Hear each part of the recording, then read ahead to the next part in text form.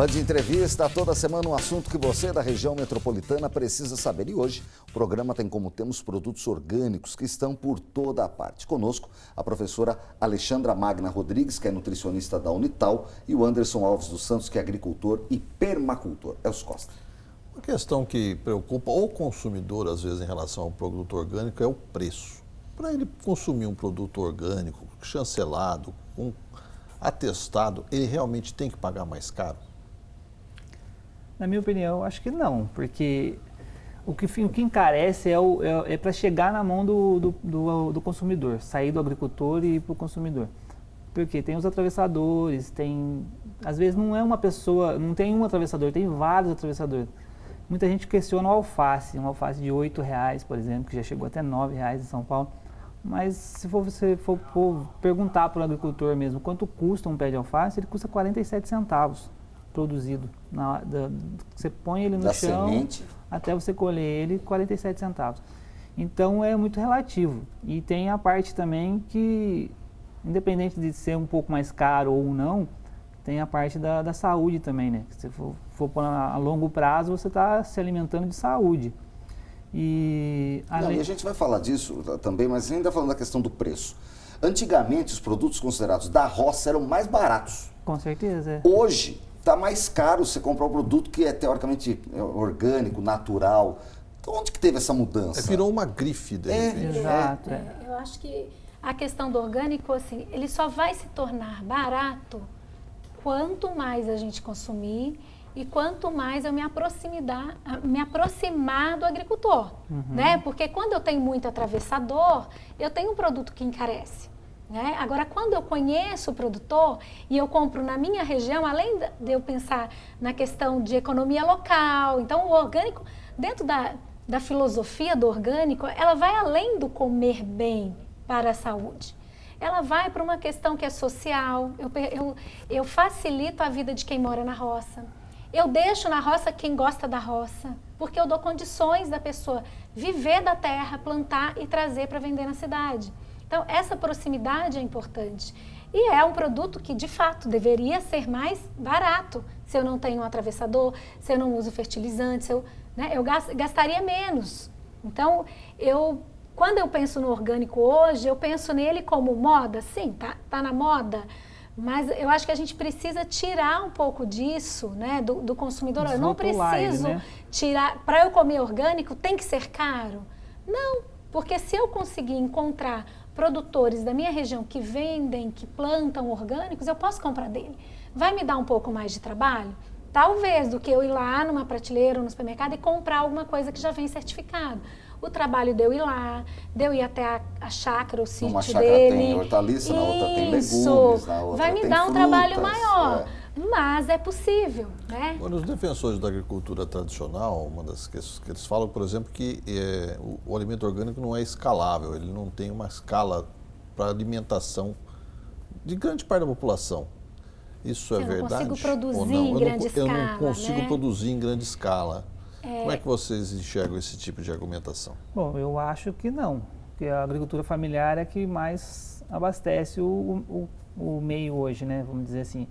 Só que o problema é assim, se a gente tem aqui do nosso lado tudo para se comprar na nossa região, por que comprar alguma coisa que leva 24 horas numa viagem de caminhão ou de avião para vir para o supermercado e ir lá buscar na prateleira, como orgânico fresco, por exemplo?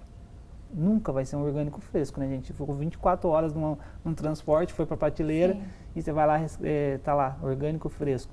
Sendo que o seu vizinho ali a meia hora, 10 minutos, tem alguém que planta ali que você poderia comprar ali na sua região. Você põe de manhã e pega na hora do almoço. Exatamente. Entendeu? Então, acho que primeiro a gente tem que pensar um pouco, a gente mesmo como pessoa, ver o que a gente prefere. Talvez ter um pouquinho mais de trabalho ou a facilidade de consumir uma coisa que não escolher, né? Que tipo de consumidor que eu vou ser. Isso. Né? Então, acho que são escolhas alimentares. A gente ter um pouco mais de apreço naquilo que a gente está adquirindo, não pensar só no preço. Ter um apreço por aquilo. Ó, eu tenho vontade no sítio de uma pessoa para ir lá comprar, porque eu chego lá, eu bato um papo, eu tomo um café com aquela pessoa, eu vejo aquele alimento sendo produzido ali, sendo plantado ali, o trabalho do dia a dia daquela pessoa. E é tudo aqui do nosso lado. A gente é privilegiado por morar num lugar assim, né? E a questão da saúde, né, professora? A professora é nutricionista, trabalha com o departamento de nutrição da Unital.